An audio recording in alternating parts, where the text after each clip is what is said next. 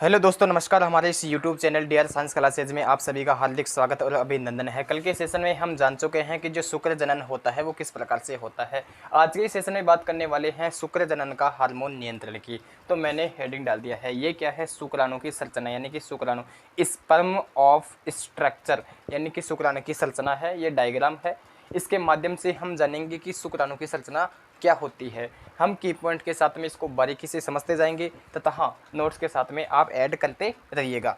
तो बिना कुछ देरी के हुए हमारे इस चैनल को या इसको वीडियो को स्टार्ट करते हैं। तो देखते हैं शुक्र जनन का हार्मोन नियंत्रण। तो देखिए, हमारा जो मस्तिष्क होता है उसमें हाइपोथैलेमस, मस्तिष्क में क्या होता है, हाइपोथैलेमस। हार्मोन नियंत्रण की बात करते हैं, मस्तिष्क में होता है हाइपोथैलेमस, हाइपोथैलेमस, ठीक है। अब इस हाइपोथैलेमस से निकलता है एक हार्मोन GnRH, यानी कि गोनेडोट्रोपिन रिलीजिंग हार्मोन। ये हार्मोन निकलता है किससे, हाइपोथैलेमस से। अब ये GnRH हार्मोन किसको प्रेरित करता है, ये निकलता है किससे, पीयूष ग्रंथि, यानी कि पीयूष ग्रंथि, यानी कि जो अग्र पीयूष होता है उसको क्या करता है, अभिप्रेरित करता है। ये पीयूष ग्रंथि को क्या करता है, अभिप्रेरित करता है। पीयूष ग्रंथि है, वो भी कौन सी, अग्र पीयूष ग्रंथि। हाइपोथैलेमस से निकलता है हार्मोन GnRH हार्मोन, और ये हार्मोन किसको अभिप्रेरित करता है, पीयूष ग्रंथि, जो अग्र पीयूष को क्या करता है, प्रेरित करता है। अब पीयूष ग्रंथि से दो हार्मोन निकलते हैं, इस पीयूष ग्रंथि से दो हार्मोन निकलते हैं, जिसमें जो पहला हार्मोन है वो है FSH। पहला जो हार्मोन है वो है FSH, यानी कि फोलिशियल स्टिमुलेटिंग हार्मोन। दूसरा जो हार्मोन निकलता है वो निकलता है LH हार्मोन, ठीक है। दूसरा कौन सा हार्मोन निकलता है, LH हार्मोन, यानी कि ल्यूटिनाइजिंग हार्मोन। और ये स्त्रियों में कौन सा निकलता है, ICSH। स्त्रियों में कौन सा निकलता है, ICSH, ठीक है। ये हार्मोन निकलता है FSH LH, ठीक। अब देखिए, जो ल्यूटिनाइजिंग हार्मोन है ये किसको प्रेरित करता है, ये प्रेरित करता है लीडिंग कोशिका को। किसको प्रेरित करता है, लीडिंग कोशिका,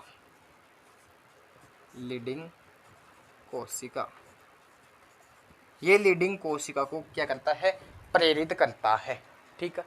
अभी इस लीडिंग कोशिका से क्या होगा, इस लीडिंग कोशिका को यदि ये LH हार्मोन प्रेरित करेगा तो ये टेस्टोस्टेरोन हार्मोन का क्या करेगी, स्त्रावण करेगी।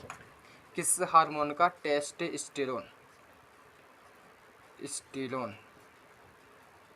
हार्मोन का क्या करेगी, स्त्रावण करेगी। कौन, लीडिंग कोशिका, किसके प्रभाव में, LH प्रभाव में।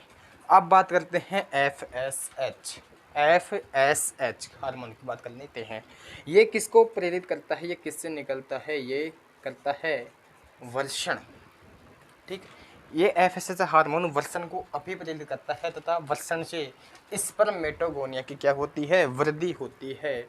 इस वर्षण से स्पर्मेटोगोनिया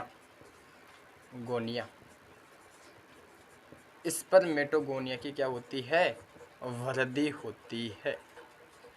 ये क्या है, शुक्र जनन का हार्मोन नियंत्रण है, यानी कि हाइपोथैलेमस से GnRH यानी गोनेडोट्रोपिन रिलीजिंग हार्मोन निकलता है, जो पीयूष ग्रंथि यानी कि अग्र पीयूष को क्या करता है, प्रेरित करता है। इस प्रेरित करने से दो हार्मोन निकलते हैं, किसमें, पीयूष ग्रंथि में।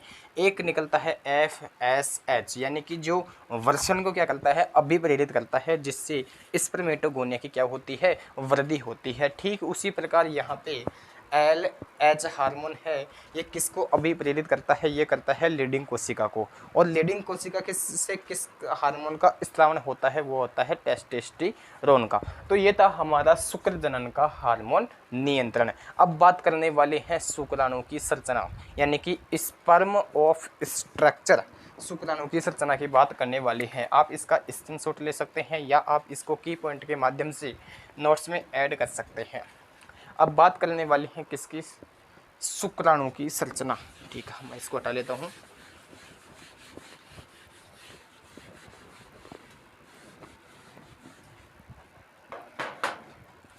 ये है टॉपिक है हमारा शुक्राणु की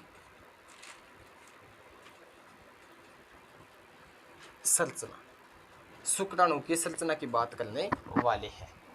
तो मनुष्य में शुक्राणु चमचाकार के होते हैं। मनुष्य में जो शुक्राणु होते हैं वो चमचाकार के होते हैं। इसमें निम्न भाग होते हैं, यानी कि चमचाकार का जो शुक्राणु होता है किसमें, मनुष्य में। मनुष्य में शुक्राणु चमचाकार का होता है। इसमें निम्न भाग उपस्थित होते हैं। हम इसको की पॉइंट के माध्यम से कर लेते हैं ऐड। मनुष्य में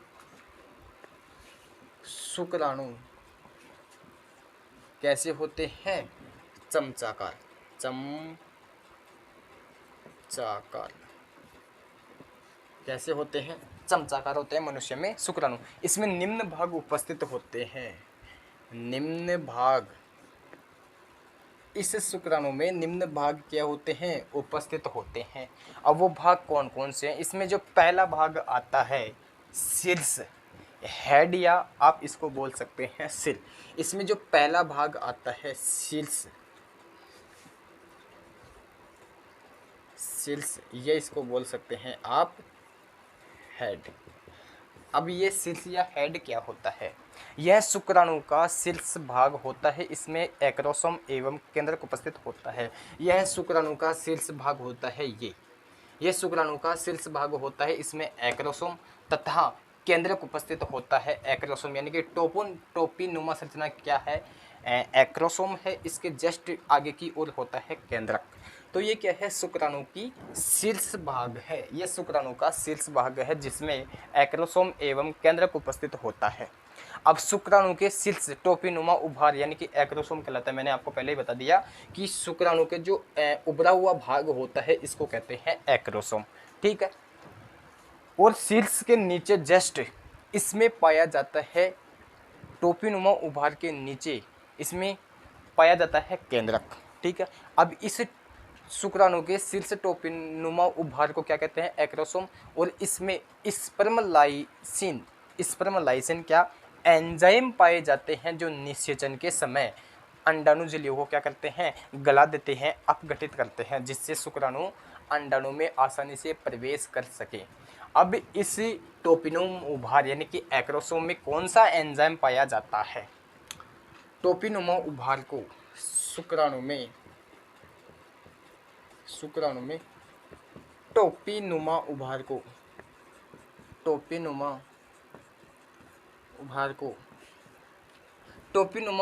क्या कहते हैं, एक्रोसोम कहते हैं। एक्रोसोम कहते हैं। इसमें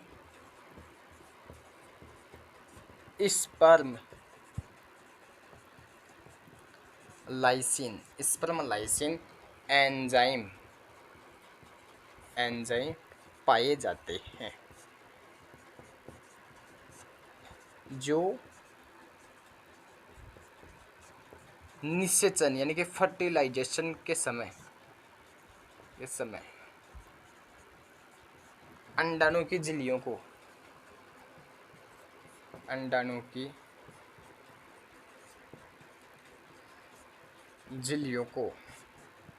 अपघटित करके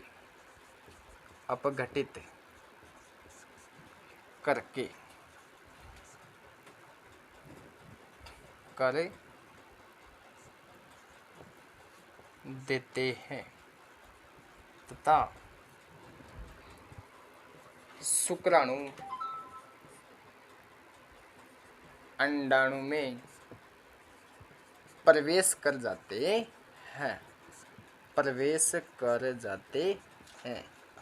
स्पर्मलाइसिन क्या करता है, अंडाणु की झिल्लियों को अपघटित कर देता है तथा शुक्राणु अंडाणु में आसानी से प्रवेश कर सके। अब मनुष्य में हाइलुरिडीनेज एंजाइम एक्रोसोम का निर्माण करता है। मनुष्य में हाइलुरिडीनेज एंजाइम होता है, उसे एक्रोसोम से क्या शुक्राणुओं का क्या होता है या अंडाणु की झिल्लियों को क्या क्या किया जाता है, अपघटित किया जाता है। मनुष्य में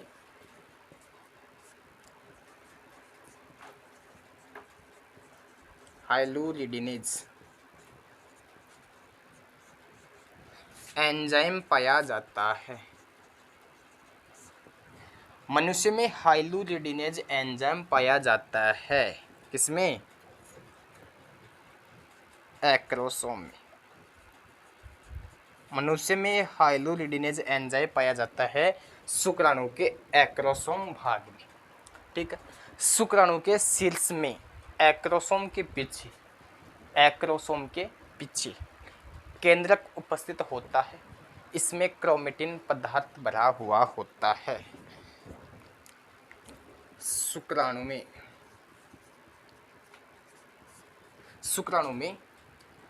एक्रोसोम के पीछे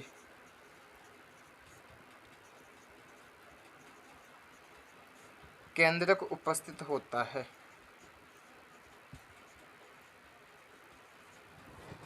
शुक्राणु के एक्रोसोम के पीछे केंद्रक उपस्थित होता है। इस केंद्रक में क्या होता है? क्रोमेटिन पदार्थ होता है। क्रोमेटिन पदार्थ होता है। इस केंद्रक में क्रोमेटिन पदार्थ होता है। इस क्रोमेटिन में डीएनए तथा स्टोन प्रोटीन पाए जाते हैं। डीएनए द्वारा आनुवांशिक सूचनाओं का वहन किया जाता है। इस क्रोमेटिन पदार्थ में क्या पाया जाता है? डीएनए तथा स्टोन प्रोटीन पाया जाता है। इस क्रोमेटिन पदार्थ में पाया जाता है डीएनए तथा हिस्टोन प्रोटीन तथा स्टोन प्रोटीन। अब डीएनए के द्वारा क्या किया जाता है? डीएनए के द्वारा आनुवांशिक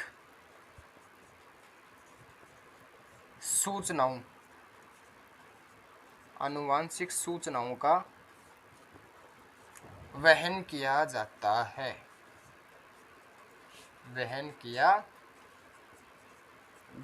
है।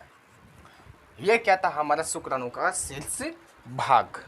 अब बात करते हैं सेकंड भाग की, यानी कि नेक ग्रीवा। इसकी बात करने वाले हैं शुक्राणु की नेक ग्रीवा की बात करने वाले हैं। आप इसका स्क्रीनशॉट ले सकते हैं या इसको की पॉइंट के माध्यम से नोट्स में ऐड कर सकते हैं।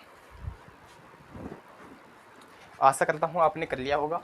हमारा जो नेक्स्ट भाग आता है स्पर्म का, यानी कि शुक्राणु का नेक्स्ट भाग आता है, वो आता है नेक, यानी कि ग्रीवा। क्या आता है? ग्रीवा।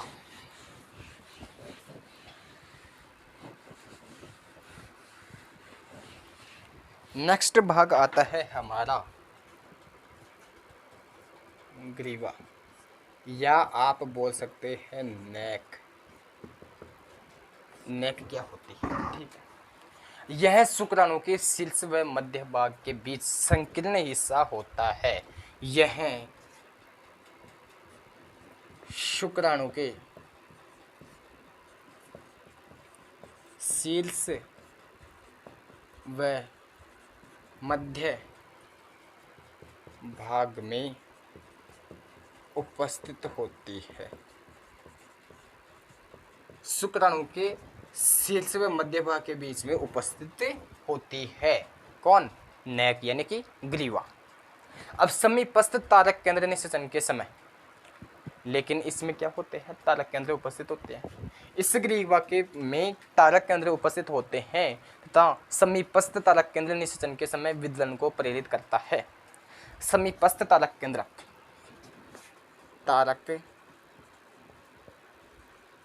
केंद्र क्या होते हैं? उपस्थित होते हैं।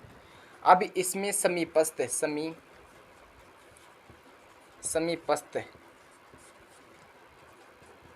तारक केंद्रक, समीपस्थ जो तारक केंद्रक होता है वो क्या करता है? निषेचन के समय विदलन को प्रेरित करता है। निषेचन के समय निषेचन के समय किसको, विदलन को प्रेरित करता है तथा दूरस्थ तारक केंद्र पुच्छ तंतु का निर्माण करता है, तथा दूरस्थ तारक केंद्रक पुच्छीय तंतु का निर्माण करता है, जिससे किसका निर्माण होगा, पूंछ का, शुक्राणु की पूंछ का निर्माण होगा दूरस्थ तारक केंद्र के द्वारा। ठीक है, तो ये हमारा था शुक्राणु का नेक्स्ट भाग यानी कि ग्रीवा। अगला जो हमारा आता है भाग वो आता है मध्य खंड यानी कि मिडिल फिश। ठीक, अगला जो हमारा भाग आता है वो है मध्य खंड।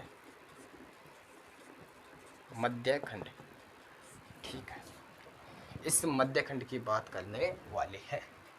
अब ग्रीवा के नीचे के भाग में अक्षय तंतु के चारों ओर माइटोकॉन्ड्रिया सर्पिलाकार कुंडलों के रूप में पाए जाते हैं। ग्रीवा के नीचे माइटोकॉन्ड्रिया सर्पिलाकार आकार में पाए जाते हैं। जो माइटोकॉन्ड्रिया होती है वो सर्पिलाकार यानी कुंडलों के रूप में पाई जाती है।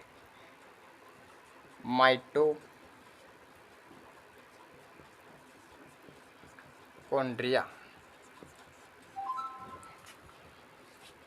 सर्पिलाकार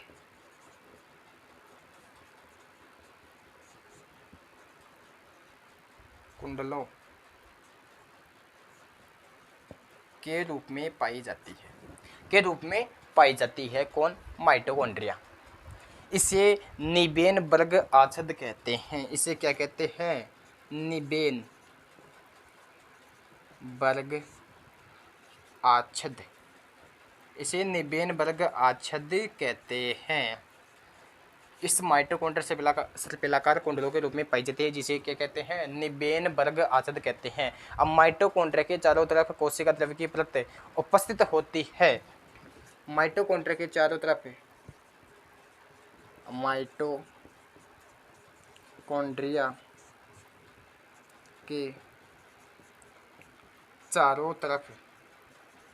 माइटोकॉन्ड्रिया के चारों तरफ कोशिका द्रव्य की परत उपस्थित होती है।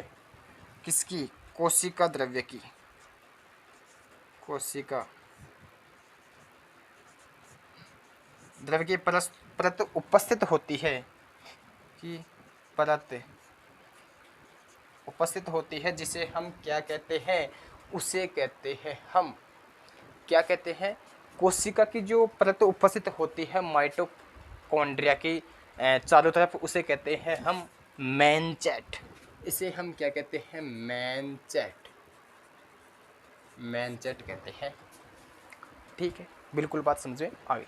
अब माइटोकॉन्ड्रिया शुक्राणु की गति तेलने हेतु ऊर्जा प्रदान करती है। ये माइटोकॉन्ड्रिया का काम क्या है, शुक्राणु की गति के लिए ऊर्जा का उत्पादन करना। शुक्राणु की गति के लिए ऊर्जा का उत्पादन करना किसका काम होता है, माइटोकॉन्ड्रिया का। ठीक है, हमारा जो अगला जो भाग आता है शुक्राणु का वो आता है पूंछ। वो कौन सा आता है, पूंछ। टेल की बात करने वाली है, हम इसको हटा लेते हैं। अगला जो हमारा आता है पूंछ। ठीक, इसको हटा लेते हैं। अगला हमारा शुक्राणु का जो भाग आता है वो आता है पूंछ, यानी कि टेल की बात करने वाली है कि पूंछ क्या होती है। यह मध्य खंड का लंबा तंतुनुमा भाग होता है।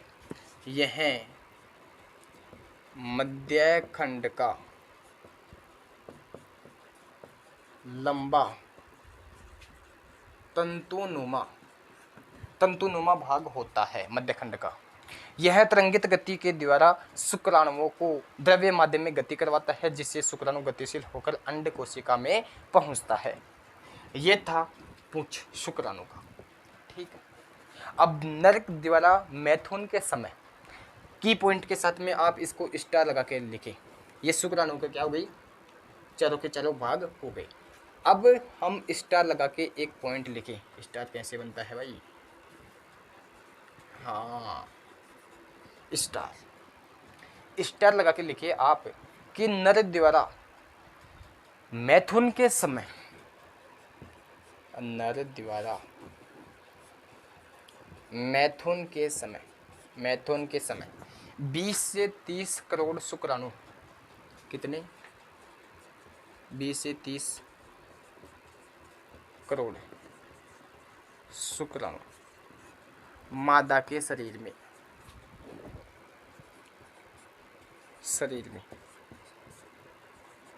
छोड़े जाते हैं।